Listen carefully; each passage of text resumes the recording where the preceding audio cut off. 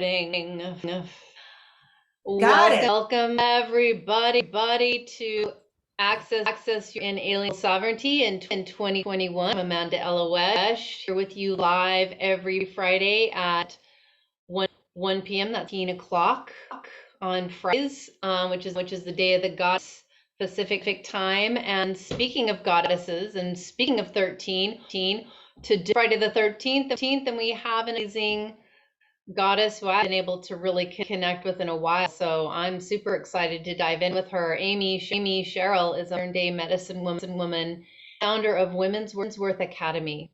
Her programs and teaching liberate the internal prison of the mental mind, freeing to live their life unapologetic, expressed on their terms. This in turn has a ripple effect that heals humanity, leaving the legacy that women desire for their daughters and sons of the world. As it is a woman in her essence that trusts fully in her intuitive knowing that paves the path. Amy has shared the stage with global leaders such as Marianne Williamson and has been interviewed across multiple media forms and national publications. Her deep spiritual women's wisdom and inspiration touches the hearts of many across the U.S. and internationally, including Dubai. And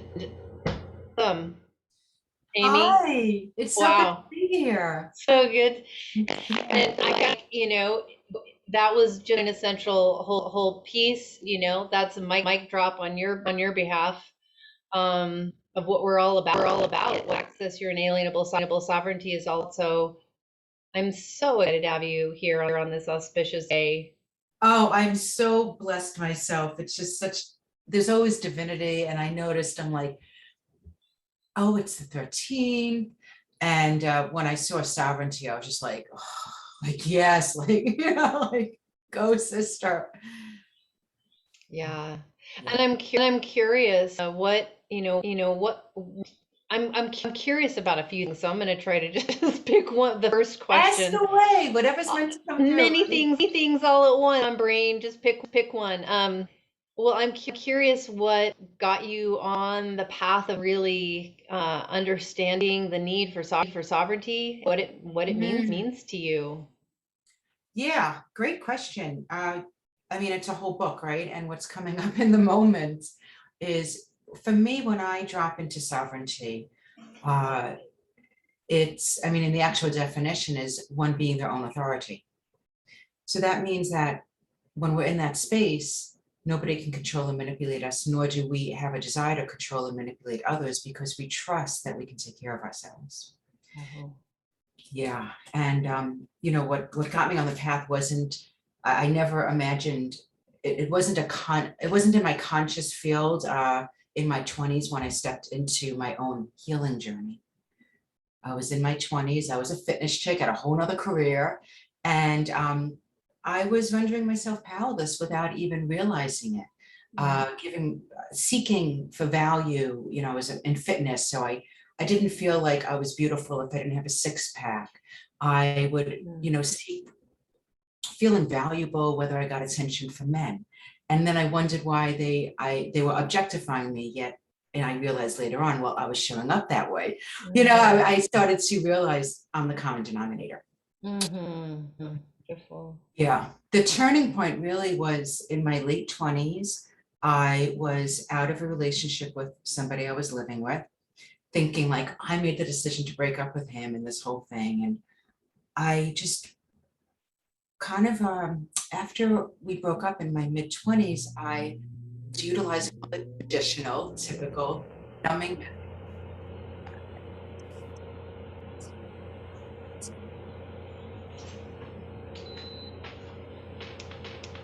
Sorry, Hey, and it made you drowned out. So your voice is way more important than my air conditioning right now. oh, I hope you stay cool. It's hot, I can promise you. Well, But back to what you were saying. uh, yeah, so I'm in my late 40s now, and so around 20 years ago, I just had this wake up call. I was numbing myself and I felt like a fraud inside. Here I was, this trainer, epitomizing health and always wanting to help empower women. Back then I did it through fitness. However, my own internal pain and heartache and hurt was having me act out in ways that were destructive to me. Mm-hmm. And I just woke up one day and I realized that I was drinking, I was getting over, under men to get over the heartbreak. And the whole long story of the short, I'll never forget, I allowed myself to get involved with an ex-convict, dangerous, and things just got, very ugly. And I had that wake up call, and I'm like, oh my God, I feel like I'm dating my father. Like edge, I was feeling unsafe. And I literally was just like, this is literally what I thought in my head. So I'm going to curse here because I was like, Yeah. I am not fucking fine. I think I'm really fucked up. It was just like this light bulb. So that was the turning point. And then the universe, I said yes to my soul's healing in that moment. And didn't even know what a chakra was, didn't even know what healing was, but I didn't know any of that. I was, very much in the 3D earth physical realm of fitness. And then the universe and the support just stepped in and led me right away to all the right mentors and my spiritual mentor. And I enrolled in healing school and learning how to be a healer, yet I didn't enroll to become a healing practitioner. I enrolled in school for my own healing. Yet it clearly was my life calling. And so a little over a year ago, I fully let go of the fitness career, and I said I was doing healing work anyway.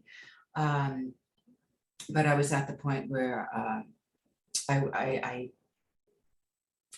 it was time to, take up the courage and to that leap and allow myself to not hide as a healer, as a healing practitioner in fitness. It was time for me to step out and step in to why I'm here on this planet, to help. That's so beautiful. Thank goodness you did, because I know that you are an inspiration to a lot of. I apologize for the echo. I'm calling in tech help. I don't know. As you can see, I have my little mic thing. I apologize. Not sure how to fix the echo. Help me. Just bear with us. Apparently, every word is worth hearing twice. In rapid succession. So, yeah, I hope that you bear with us. And one thing I was going to say, you mentioned earlier that, things were not particularly going in a way that was joyful for you. And you realize that you were the common denominator. And that really is the soul of inalien sovereignty, is recognizing that to be sovereign, meaning being an embodied, empowered manifestress, have to take full accountability for what we are manifesting, especially the pieces that are subconscious, meaning they're showing up without our intent in our environment and surroundings, which is usually the difficult things, because we like to take credit for all the easy, awesome things. But then when it comes to the unpleasant things, like I didn't do with that, and then all of a sudden we set that sovereignty and into victim mode. I just have learned you can't run the victim story and be sovereign. They're opposites. One, the victim within us, and I love Gary Zukav's terminology of victim being frightened parts of our personality, the wounded parts of us, the aspects of self that are they're really running our lives, yet they're unconscious, but they're really just terrified they don't feel safe. And I have found, and even in my experience, that just to be so connected in my body, because what I have found that has disconnected people from being sovereign, and even in my own journey, is that trauma happens and has happened to all of humanity. Even and it's so wonderful, because I actually saw on Instagram last night, and I'm like, oh, I love that she's talking about it. Even the birthing, coming into this world is very traumatic in our day. The majority of coming into this world is in a hospital setting, and I'm not faulting or bashing any of that. It's just Right. this, it's not a um, relaxing, encouraging, loving, Yes. nurturing experience for the mother or for the baby being born. And so even at the time of birth, when a human comes into birth, we have in experienced trauma, and that gets into our Yes. nervous system. Huh. And I so what when I drop into victim, for me it's, oh, the parts of us that have been traumatized and don't know how to process what's happening in the world. And I have found that what happens is the minute there's trauma at a young age, because a child doesn't have the skill sets to feel safe or to process what's going on, we just automatically would disassociate and leave the body. Absolutely. I agree. I've been studying consciousness and psychology for my whole life, and just really feel like, just being a divine human being with our innate gifts and noble purpose, coming into the world with wounded caretakers and weird ideas from the system, like our school system comes from intention to oppress and subjugate people, and to rob them of their innate spiritual access and power. I mean, it's literally, it's if you're willing to just do a little bit of looking, we know that to be true. And when we face ancestral trauma that's been passed down, that sends ideas of, my Danish ancestry is the tallest poppy gets cut. Yeah. So don't shine your light too bright because you're going to get cut. But there's all there's all kinds of messages that get woven in, and they don't make sense to our divine sovereign being that we're born with. And that, I think, just hearing from the people who are supposed to tell us how to navigate the third dimensional world, like, what, some of it's true. I'll get burned if I touch that hot thing, so this other thing must also be true. And it becomes so out of whack that it goes into the subconscious, and then we're living from the trauma. Absolutely. And all the belief systems and all the programs. And, I literally just experienced this with someone I was speaking with, and I noticed that happen. I could feel her terror Mm. of we had this conversation, and I offered her an opportunity around this whole other way of living that's fearless instead of fearful. But what was required is that all the ways that were controlling her, that were keeping her in fear, and a lot of it was religion, and again, I'm not bashing religion. It's basically, for me, what I've come to realize is that it's very simple. We either come from fear or we come from love. Oh. Right? And so fear is always about, if I'm fearful, then I feel I'm not safe. I need to get things from other people because I don't trust that I'm my own resource, right? Which is the sovereignty piece. And when we're in love, we're non-attached. Things can come to us. Like we are in our fully expressed soul living, because soul living is fearlessness. It is living in the own understanding. We're co-creating our reality every given moment. Yet what I've come to find is that we are in a human body to learn how to manage the frightened parts of our personality when they get scared. And I've noticed that we feel it in our body. So if we're feeling tight or shaky or a knot in the stomach, or something happens in life, it could be a simple thing. It could be as simple as someone cutting you off, and like just being able to recognize, what am I feeling in how can I stay in my body while I'm also feeling the discomfort that I could be hurt? Oh. And how do I hold that and hold that frightened part of my personality, and hold myself as my own parent, Yes. so that I can move back into, no, I always have what I need. The universe is always working in my favor. Let me not judge what it looks like. There's no good or bad. I mean, I would say the greatest lessons are the ones that can be those painful wake up moments, those wake up calls. So You just touched on something that I find very interesting. You said there's no such thing as good or bad, and I feel that way too, and that is non-dualist thinking and non-causal thinking.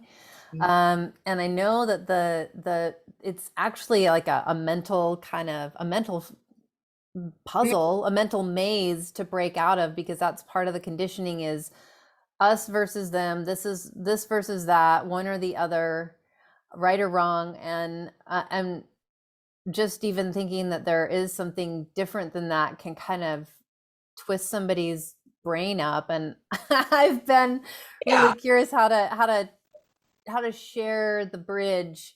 And I'm curious, I know that your work is about helping women to really live in their truth and shine their light. And so how do you support yeah.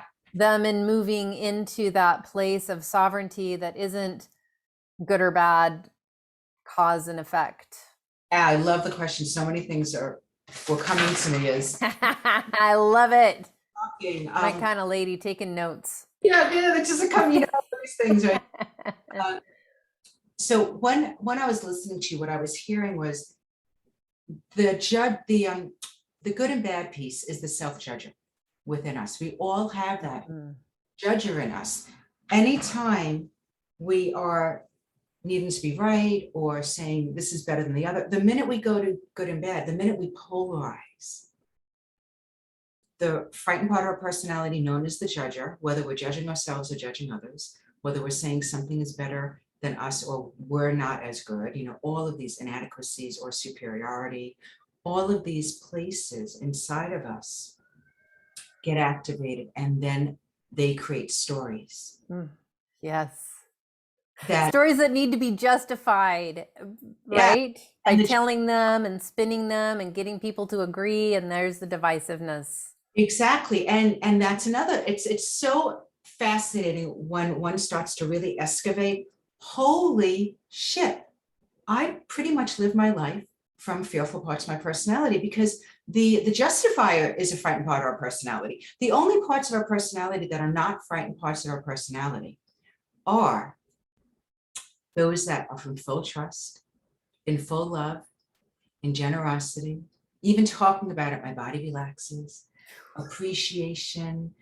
We don't need anything from anybody. There's no such thing as competition. There's literally no such thing as separateness. And when we're in that space, we are free. So in kind of answering your question around what's like one of the avenues in where I help to support women into their sovereignty, it's supporting women to get real with themselves. I'm not going to sugarcoat anything, because that's not going to support someone into their joy. That's going to support their frightened parts of their personality, or it's going to support the frightened parts of my personality that would be afraid if I spoke my truth to them or what I know I'm getting as an intuitive, they're going to get mad at me, Yes. So it's this constant dance for both parties, always in relationship, whatever that relation is, to have the key is self-awareness. Yeah. And when we recognize that a frightened part of our personality is getting activated, and it's very simple. If we are not relaxed and loving, then we have an active, and we are judging or blaming or scolding, or the minute we make it anything about anyone or anything outside of us, we are giving our power away. Oh. It is that simple. So Oh. focus on you. I live by this again, it's this non-dualist idea, and it's kind of blown people away, but I'm really grateful. First of all, I just want to say thank you to Dee Dee. She's said exactly no good or bad, and just thank you, Dee Dee, for joining us. Hi, Dee Dee. One of the pieces that I'm so grateful to practice with my partner, and it's one of the things that we share in community when we sit in transformational ceremony, where all of our shit can come up and a lot of judgment can come up for ourselves and others, is that nobody's experience is more accurate or more valuable than anybody else's. And so can we hold whatever each individual is experiencing as valuable and valid, and not try to argue about who's right or wrong about their experience, and instead get really curious about how to weave an elevation together, you know, based on what everybody's experiencing right now. What's the elevation that we can bring into this moment? Absolutely. And again, that whole part of when I heard you speak about valuing the experience, it is all about, yes, who inside of you is creating your experience, because that is true for that person. And the sovereignty piece is when one looks within and gets real with themselves.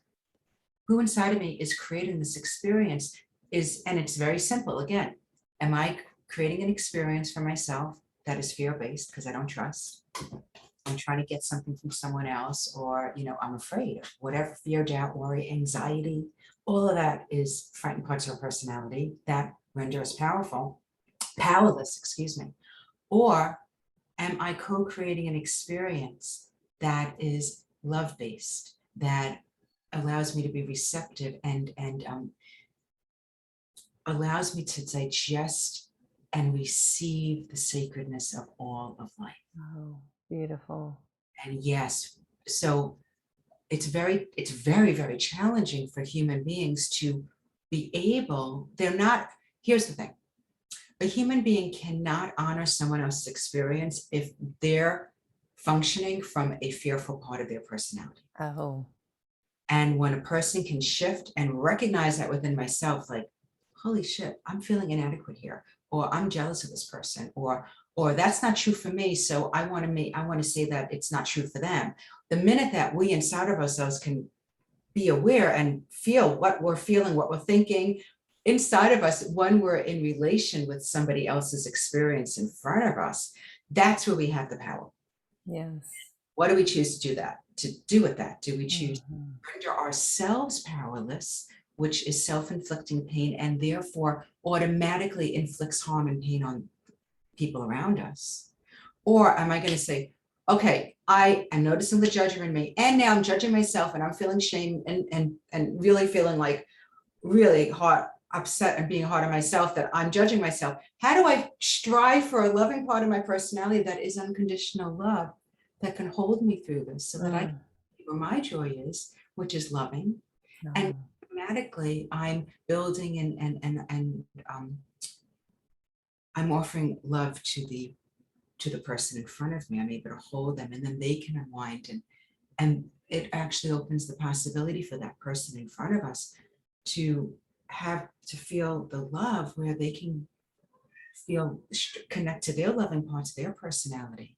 Like loosens the hold on fear. Oh.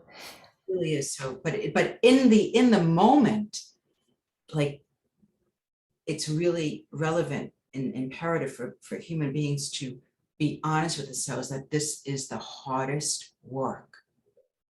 Oh.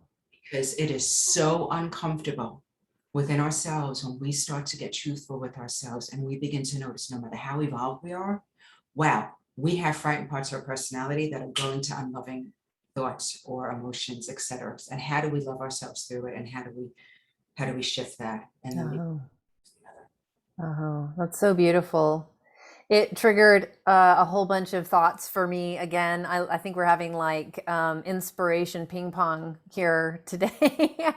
But what you were sharing really, it's like just been really curious about the things that we value and the things that I value, and the people that I know personally value is loving kindness and treating people with loving kindness and treating life as sacred and with respect. And yet the things that are out there in the world, like, world leaders, political action, laws, things that are happening in the world, we're unraveling, fortunately, but it still feels like a lot still wrapped up in the old colonial and old warring ways of power over. Like, you only survive if you can take out your neighbor so that you can expand your own prosperity and progress. And it's just not necessary. And and to live in a way that treats all life as sacred and treats other people as sacred with love and kindness, that's a more indigenous way, and it's vulnerable, and yet it's so powerful and it's so necessary. And I feel like it didn't totally disappear, but it's really time for us to start looking at, are we coming from that place of love or fear? Is fear ultimately, my understanding, is the forward projection of colonialism and power over. Yeah, as I hear you speak, what was the connection pieces that were coming to me were, if we were to take out all identification, all labels, again, so simple. Humanity is ascending. Our consciousness is evolving. The planet's consciousness is evolving. We were in a time where we lived in survival mode. Survival mode is fear-based mode. It's like, I need to, take, or I'm being run from, a bear is chasing me. It's just fear-based. And so anything that is about, when we see it in this world, people that are acting in a way that is not loving and kind, that is not, it's so easy to say, I'm going to live my life, I'm going to live my way, with loving kindness, with sacredness of life, with respecting other people. Yet, when you get triggered, as simple as the neighbor that wants to, affect your lawn because they want a bigger lawn, that's where our power is. Okay, in this moment, when I want to make it about the other person, and I'm, how do I remember that everything in front of me is a mirror of what's going on inside of me? Mm-hmm. I'm feeling anger towards the patriarchy, so to speak. There's a lot of conversation around that. If I'm feeling anger towards men, I know there's a lot of conversation around that, like they're the cause of it. If I'm feeling anger towards the government, towards a murderer, towards the mass shooter that murdered children, if I am feeling anger towards another sacred soul that is in such extreme pain and fear that they are acting out in incredibly destructive and harmful and murderous ways, where is that in me? Oh. Where is that in me? Mm-hmm. We focus on the things that we're upset about outside of ourselves, and there's a lot of that going on, and that's what we're polarized, because this is the amazing opportunity for humanity, and we are waking up, because we can't escape it unless we decide to take our body. If we decide to kill this body via suicide, basically, then our soul will leave this meat suit. It'll leave this planet, but it doesn't mean it's not going to come back. We have lessons to learn on Earth School. Our lesson is to learn who we truly are, which is love. Mm-hmm. And so those that, in order to do that, we have to go inside of ourselves and look within. And that's like, literally, it can be thousands of personas that are unloving inside of us. It's the most painful thing. It is so painful to self-reflect and to think we're a loving person and to find that we've been judging someone, to think we're a loving person and to even notice we have a thought that's unloving. It is so painful, but we can hold that pain inside of ourselves and learn how to love that part of ourselves. All of the work to shift humanity happens within each individual. And if we focus on what we're angry about or what we're upset about outside of ourselves, then we are not contributing to the ascension of humanity, contributing to the destruction of humanity. Yes. It's that simple, in my opinion. Yeah. I just want to say thank you again to Matthew and Dee Dee for your comments. Matthew said beautiful, and Dee Dee's like, yeah, what are the possibilities? Ooh, that's a, can I answer that actually? Yeah.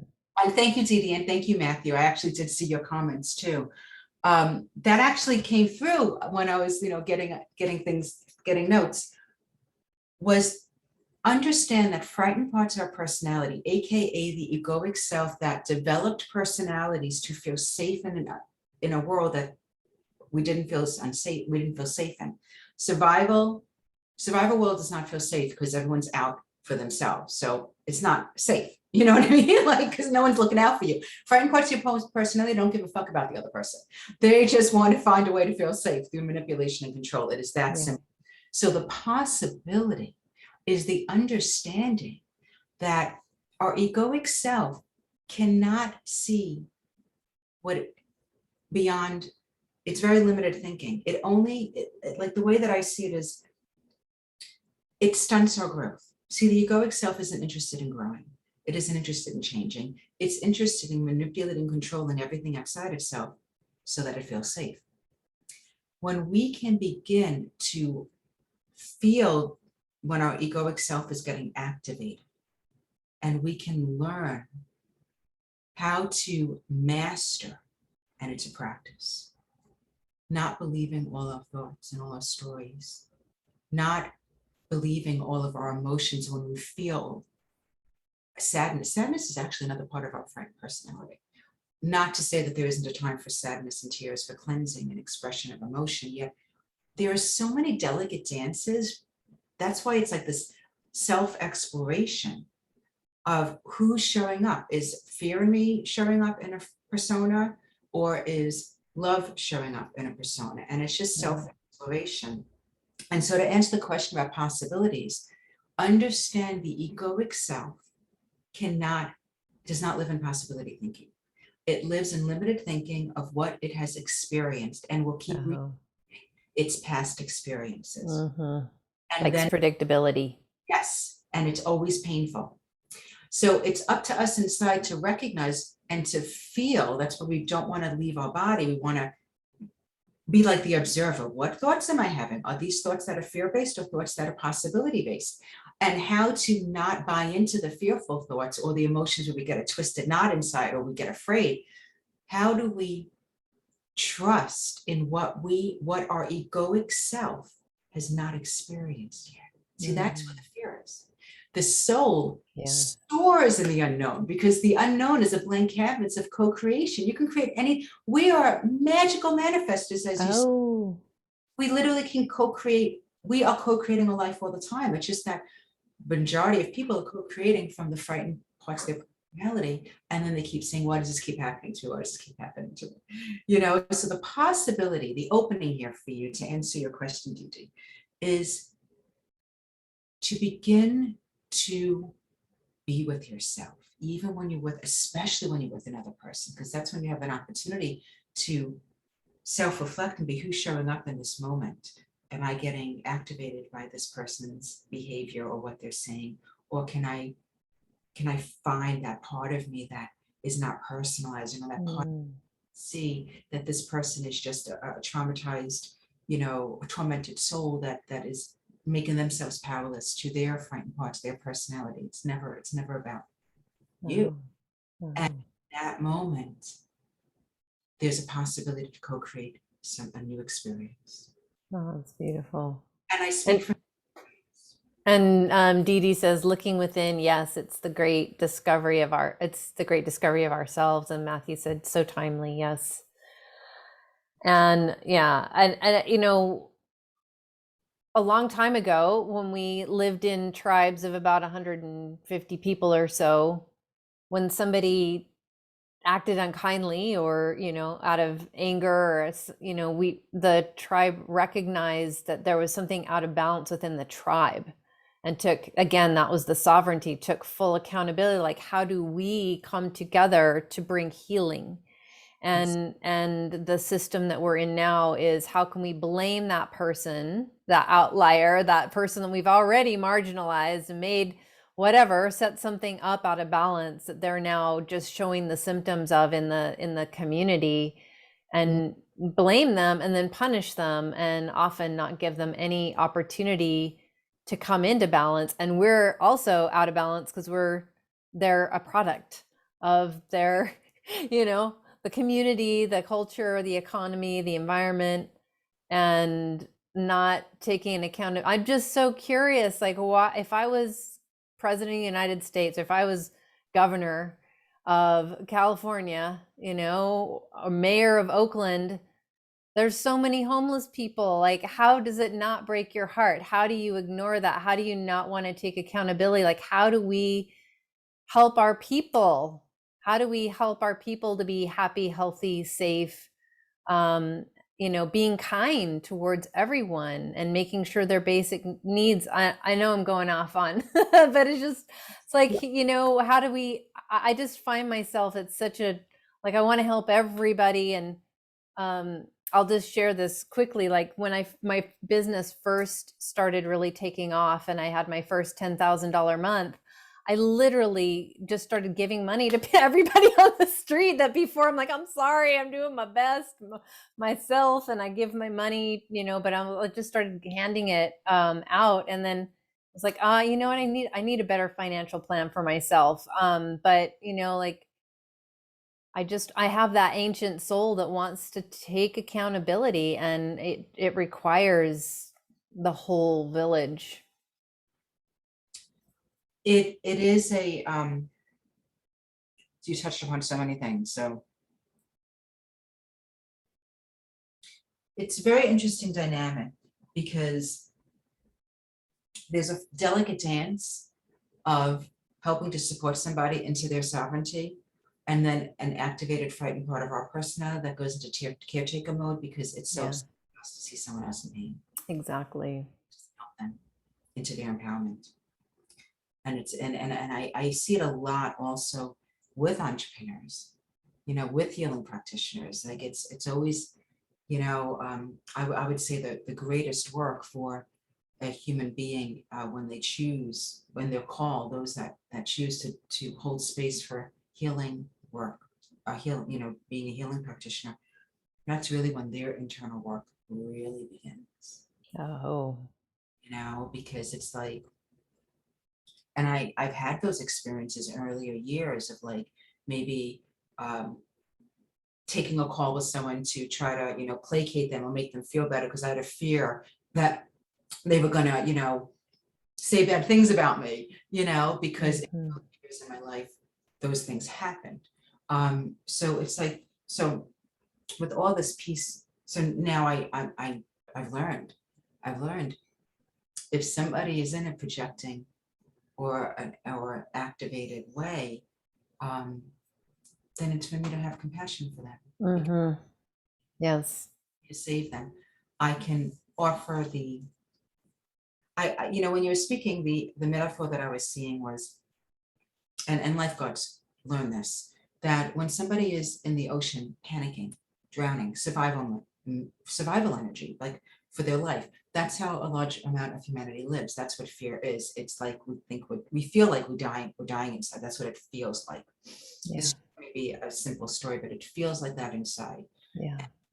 So when we see a drowning person and they're in panic, the last thing that we want to do is go, oh my God, I want to save that person, and jump into the ocean. Because when someone's in survival mode, fear, they're going to take you down. Yes. And then everyone drowns. Yes. So it's an offering. It's like, stay in the boat. You see someone drowning and it's an offering of an opportunity. Here's a lifesaver. Would you like to grab it? I can't force you to. But if you do, I can support you and take you to safer ground. Oh, everyone comes. That was beautiful. That's so helpful. And Dee Dee says, this is blowing my mind. Thank you, Amy, for that. I live in the possibilities and have for years been beating myself up for seeing beyond. Thank you, thank you, thank you. And that is, and that's like the walk of sovereignty and compassion and caring for other people and staying out of codependency. Yeah. Right.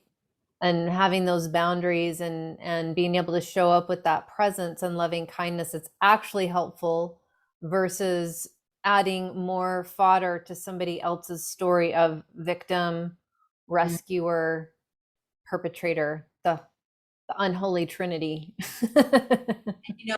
When you were sharing your story, I relate because I remember a time when I was in a really upset place about the world, especially when I was really waking up to like the sacred feminine, and I just remember like, I allowed myself inside, I didn't see it at the time, to be taken down, because I'm just like, this world is destroying people. And why do we have these nuclear weapons, that the whole point of nuclear weapons is just to say, I'm more powerful than you. So if you fuck with me, then know that I can just shoot a missile and kill you. When the whole bigger picture is all that nuclear weapons do is destroy, like their purpose would be to destroy humanity. There's no, so my whole point in sharing this is because I relate to what you're sharing, Amanda, because I, for a long time, was just like, why are people not getting it? Like, there's so much money going into saying I'm the powerful one, you know,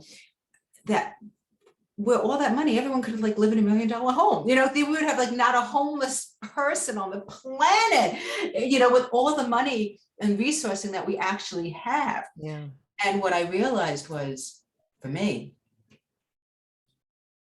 that's not doing anybody good. Mm. That's not helping me cultivate compassion. That's not me helping cultivate and understand humanity and sovereignty, and people are where they are, and that everything on this planet is sacred. Even when it's really painful, destructive, and ugly. It doesn't take away from the human pain when something horrific happens. It's like, you know, that would be spiritual bypass and be, oh, well, the soul called it in. You know what I'm saying? Like someone who's like, you know, was molested as a child, and then to say to them, you know, to be, oh, well, you know, your soul, you know, like it's, you brought it on yourself. That would be a very painful thing to say to somebody. Yes.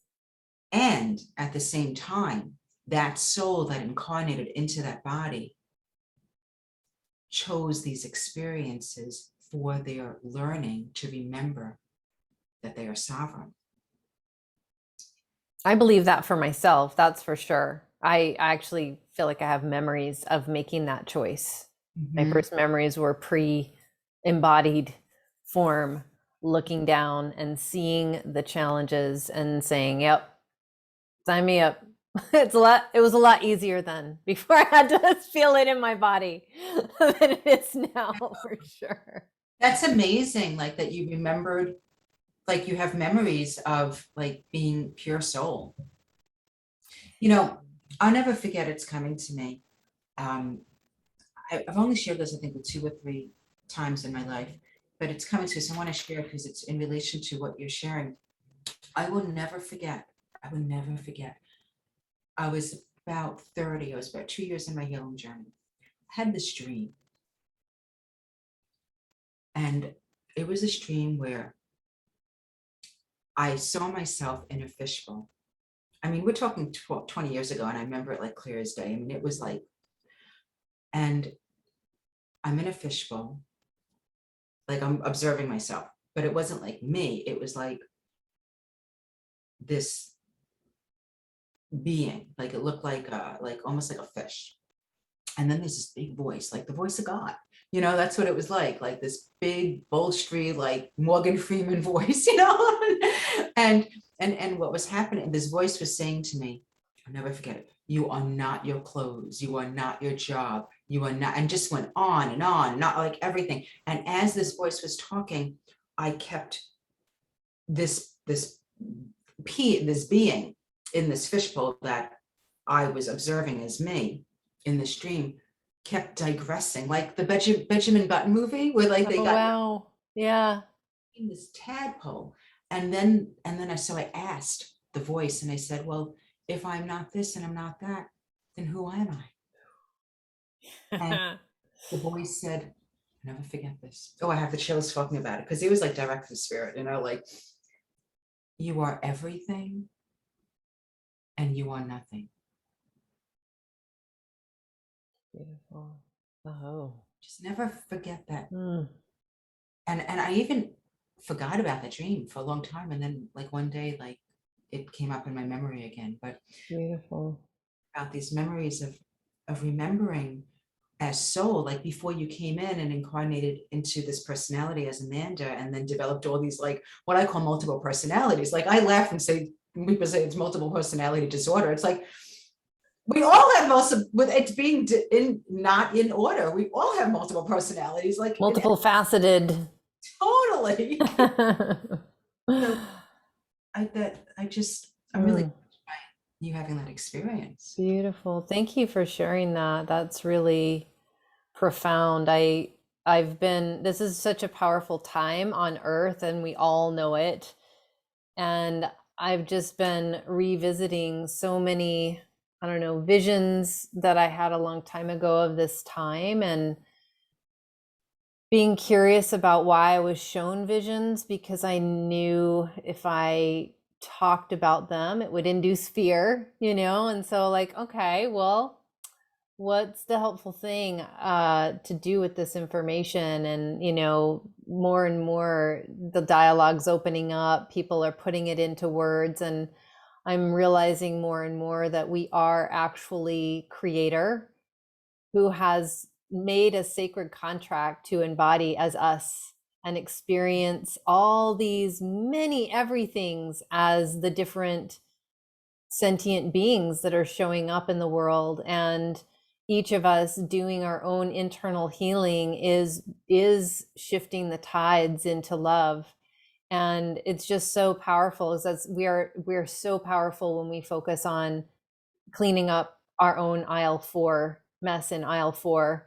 Yeah, I It's love just, it's been really beautiful to not just believe it, but to experience that. myself as source, being like, I get to be Amanda Eloesh through you. It's great. And I get to be Amy Cheryl through Amy Cheryl and Dr. Matthew Gamble and DDB. And it's just so beautiful, because then I get to realize the equality, the value, the compassion towards myself and others, of like, oh, we're all just down here having the same kind of experience with a lot of amnesia, a lot of trauma.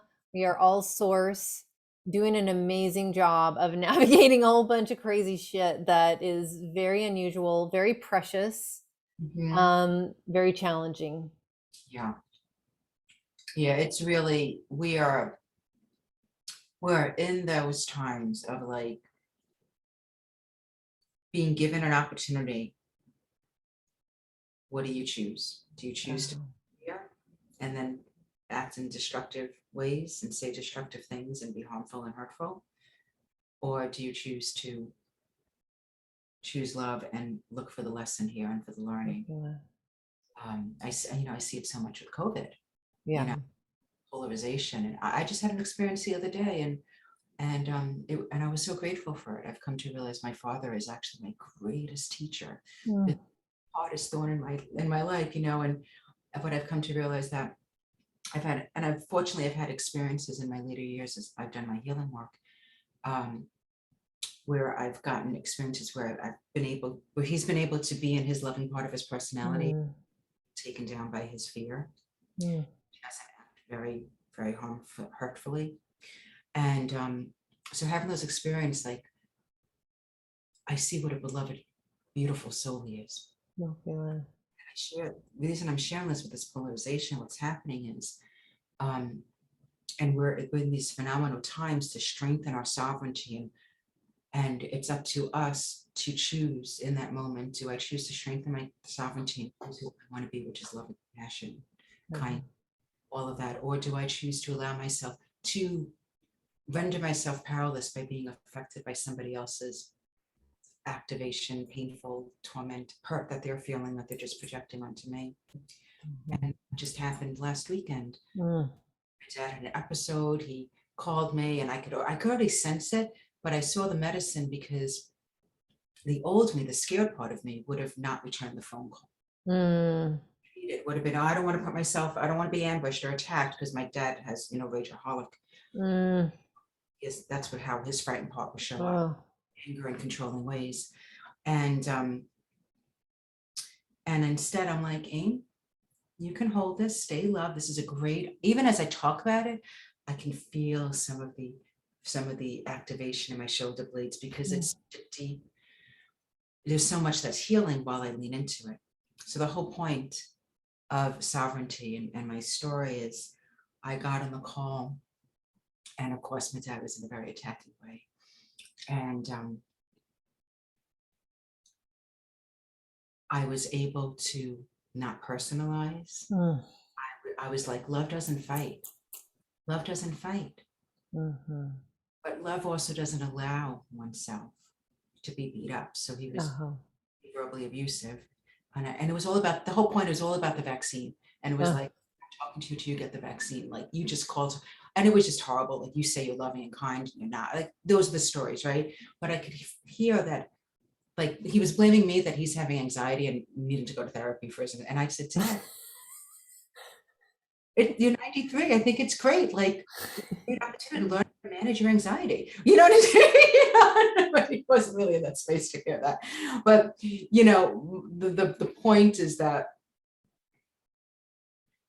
the sovereignty piece happened and where we're at in society and this COVID piece. And so I'm literally in an internal microcosmic experience personally with a family member who has gotten to such a point of fear where he's been trying to do the manipulation control, and we've had moments of him moving in, but he can't seem to, his fear takes over, where it got to the extreme of, I'm going to cut you out of my, I'm going to just, and I get upset, like it'll blow over. I know That's good. I mean, like, but the point is that I needed to get within myself to where if he doesn't, this is an opportunity to learn acceptance. Non-personalization. This is an opportunity to see a loving soul that's just in pain, and I can love him. And if I can't love him, you know, by saying I love you on the phone, or if he doesn't want to talk to me right now, I could still love him from afar. I'm not going to I'm not going to allow myself to render myself powerless because somebody else is being powerless. That's beautiful. And that is like that sovereignty. And that's where I see in our world, we are given this amazing gift to wake up and be, hey, here's an opportunity to really face your fear. Because if you're fear around what's going on in the world, and if it's creating to the point where then it's having you be angry or blame other people, or, you know what I mean? Blame other people for your fear, for your anxiety. Whoa, what a great opportunity for humanity to either choose to be destructive or to choose this ascension, this healing. Beautiful.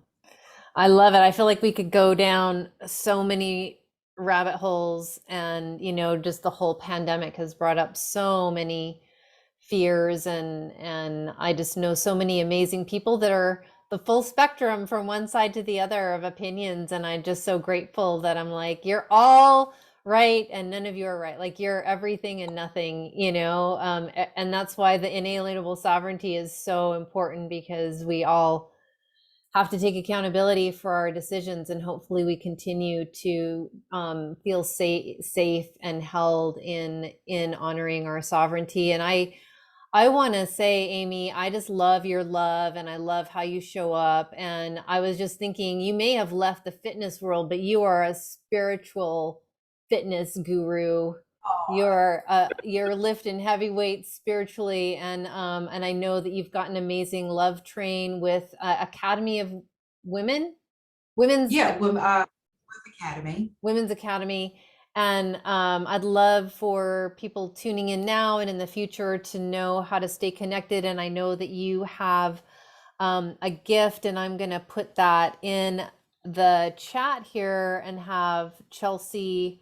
Thank you, Chelsea, by the way. Just want to honor and acknowledge you for being so amazing behind the scenes. And if you just want to share a little bit about that and how people can stay connected with you. Yeah, thank you. Thank you. I would love to. And I personally chose this gift.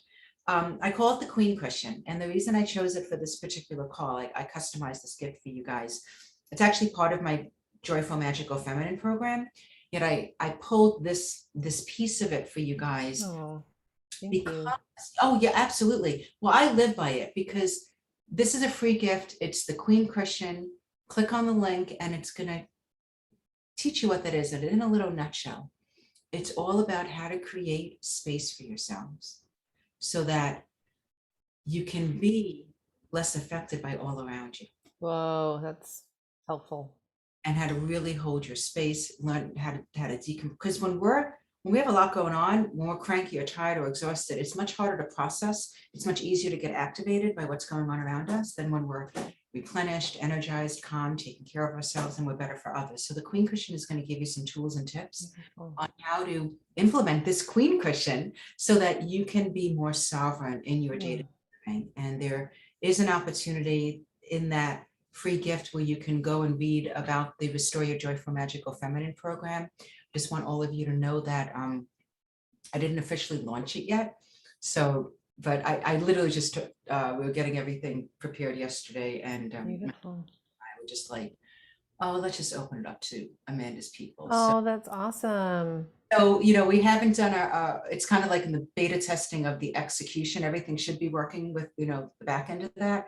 But just in case there's any glitches or anything, if you do the Joyful Magical Feminine program, which I highly recommend, be patient with us. Just reach out to my client care gal. Beautiful. And it's posted on in the comments of on our Facebook group, and you can share it. Anybody can share it. If you want to let other people know about this free gift, please share this video. Please let us know what things were inspired. Thank you everyone who was on live, and for your comments. Please, comment, like, share, and Matthew says, I can't wait to fluff Amanda's Queen Cushion.